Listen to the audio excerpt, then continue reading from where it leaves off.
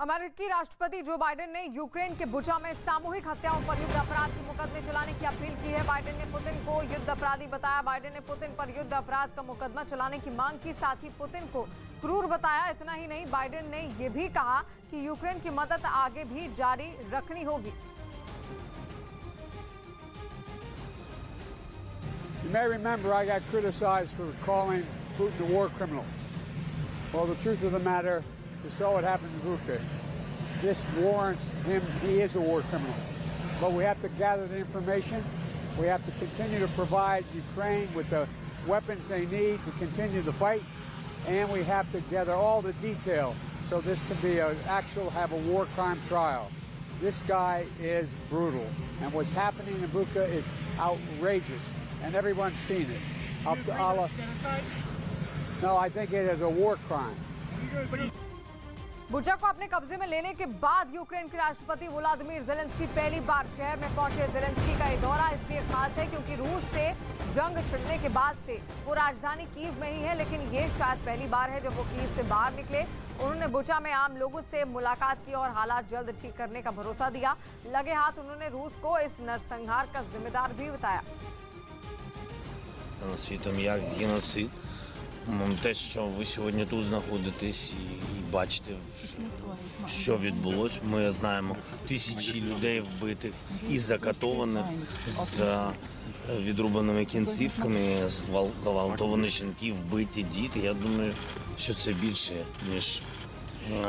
Ukraine में 40 दिनों से भीषण जंग जारी और इस जंग में यूक्रेन के किसी एक शहर ने सबसे ज्यादा मार झेली है तो वो है मारिउपोल। वहां यूक्रेन की सेना के साथ रूसी सेना और चेचन लड़ाकों की जंग और भीषण हो गई है। रूस की सेना ने चेचन लड़ाकों के साथ मिलकर मारिउपोल के ज्यादातर हिस्सों से यूक्रेन के सैनिकों को खदेड़ने का दावा किया, लेकिन शहर में अभी भी भीषण जंग जारी है, जिसका एक वीडियो रूस की मीडिया की तरफ से जारी किया गया। वीडियो में पूरे शहर की सड़कों पर गरजते टैंक और जोरदार फायरिंग करते सैनिक दिखाई दिए। रूसी सेना के टैंक लगातार यूक्रेन के सैनिकों पर गोले दागते नजर आए। इस बीच एक सैनिक एक घर के बाहर खड़ा होकर एक तरफ फायरिंग करता दिखा, जबकि एक टैंक पर सवार एक सैनिक ने भी मशीन गन की मदद से दुश्मन पर भारी गोलीबारी कर दी। रूस के कुछ सैनिकों ने मकान में छिपकर यूक्रेन की सेना पर हमला बोल दिया। खिड़कियों की आड़ में खड़े होकर उन्होंने फायरिंग शुरू कर दी। वहीं कुछ सैनिक एक सड़क पर तेजी से एक ओर भागते दिखाई दिए, जिसमें एक ने एक हाथ से पकड़ी गई राइफल से फायरिंग कर दी। इसी तरह सुबह से शाम तक शहर के कई इलाकों में टैंकों से दागे गए गोलों के धमाके गूंजते रहे, तो बीच बीच में फायरिंग की आवाजें भी आती रहीं। और अंधेरा होने के बाद भी दोनों ने सेनाओं के बीच रुक रुक कर गोलाबारी जारी रही। वहीं मारिउपोल शहर की सड़कों पर यूक्रेन की सेना के ऊपर कहर बनकर टूट रहे रूस के जो टैंक दिखाई दिए, उन पर एक बार फिर जेड निशान दिखाई दिया, जो युद्ध की शुरुआत से ही चर्चा में रहा है। माना जाता है कि यूक्रेन में युद्ध के दौरान कोड का इस्तेमाल इसलिए किया जाता है ताकि रूसी सेना गलती से अपनी गाड़ियों और टैंकों को निशाना न बना दे। ऐसा इसलिए क्योंकि रूस और यूक्रेन के टैंक ही नहीं बल्कि जवान भी एक जैसे दिखते हैं, लेकिन कुछ लोगों के मुताबिक इस तरह के निशान का इस्तेमाल रोसगवर्दिया ट्रूप के लिए किया जाता है, जिसका मतलब रशियन नेशनल गार्ड्स हैं। ये सेना के जवानों से अलग होते हैं और अपनी हर कार्रवाई की जानकारी सीधे राष्ट्रपति पुतिन को देते हैं, जबकि कई बार जेड कोड को यूक्रेन के राष्ट्रपति ज़ेलेंस्की से जोड़ दिया गया, क्योंकि अंग्रेजी में ज़ेलेंस्की की स्पेलिंग जेड से ही शुरू होती है। हालांकि बाद में रूसी रक्षा मंत्रालय की तरफ से ये बताया गया कि जेड कोड का मतलब युद्ध में जीत के लिए है और रूस हर हाल में ये जंग जीतना चाहता है। यही वजह है कि उसने चेचन इलाके में खूंखार चेचन लड़ाकों को भी रूसी सेना के साथ जंग में उतार दिया है, जिन्होंने अपने हमलों से शहर को पूरी तरह बर्बाद कर दिया है। मारिउपोल के ज्यादातर लोग शहर छोड़कर जा चुके हैं, लेकिन अभी भी 1 लाख से ज्यादा लोग शहर में फंसे हुए हैं, जिनके लिए वहां के हालात बहुत ही बदतर हैं। जंग की शुरुआत में ही रूस ने मारिउपोल शहर को चारों तरफ से घेर लिया था। यूक्रेन का दावा है कि वहां अब भी लाखों लोग फंसे हुए हैं, लेकिन उनके लिए खाने के लिए खाना नहीं, पीने के लिए पानी नहीं है।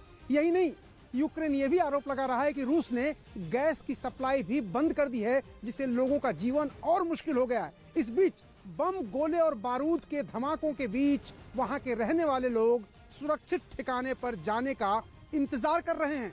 एक जगह तो कुछ लोग खुले में खाना बनाते नजर आए। रूसी सेना और चेचन लड़ाकों के हमलों ने शहर को भी खंडहर में बदल दिया। कई मकान पूरी तरह मलबे में बदल गए। एक स्कूल पर भी हमले की मार दिखी। खिड़कियों के शीशे चकनाचूर नजर आए तो बच्चों की बैठने की बेंच कुर्सियां सब कबाड़ जैसे दिखाई दिए। बुचा में हुए नरसंहार को देखकर हर कोई खौफ में है। यहाँ तक कि संयुक्त राष्ट्र के चीफ भी बर्बरता को देखकर भयभीत है। इसकी जानकारी यूएन की प्रवक्ता ने दी। यूएन की प्रवक्ता लीज थ्रोसेल ने कहा कि बुचा से जो वीडियो सामने आए वो डराने वाले हैं और युद्ध अपराध की तरफ इशारा करते हैं। उधर यूक्रेन के एनरहोदार शहर में भीषण गोलाबारी हुई, जिससे वहां अफरा तफरी मच गई। बताया गया कि वहां बड़ी संख्या में लोग एक रैली के लिए जमा हुए थे, लेकिन तभी अचानक गोलाबारी शुरू हो गई और वो पूरा इलाका गोलियों की तड़तड़ाहट से गूंज उठा। दावा है कि रैली में शामिल इन लोगों को रूसी सेना ने अपना निशाना बनाया, जिन पर ग्रेनेड और मशीन गन से हमला किया गया। इन धमाकों की वजह से इलाका कुछ देर के लिए धुएं से भर गया। इसके बाद वहां रैली के लिए जमा हुए लोग अपनी जान बचाकर भागते दिखे। इस दौरान जिसको जहां रास्ता दिखा वो उस तरफ दौड़ लगाता नजर आया। कुछ लोग अपनी गाड़ियों से भी वहां से निकलने की कोशिश करते दिखे। उधर यूक्रेन से जारी युद्ध के बीच रूस की सेना अब अपने सबसे ताकतवर S-400 मिसाइल सिस्टम के साथ हाथ आजमा रही है। यानी वो दुश्मन के विमानों और मिसाइलों को तबाह करने वाले इस एंटी मिसाइल सिस्टम का इस्तेमाल जंग में कभी भी कर सकती है, जिसकी तैयारियां जोर शोर से चल रही है। S-400 मिसाइल सिस्टम इतना ताकतवर और एडवांस्ड एयर डिफेंस सिस्टम है जो अमेरिका और ब्रिटेन जैसे देश भी इससे पनाह मांगते हैं। इसलिए रूस ने अब उसी S-400 एंटी एयरक्राफ्ट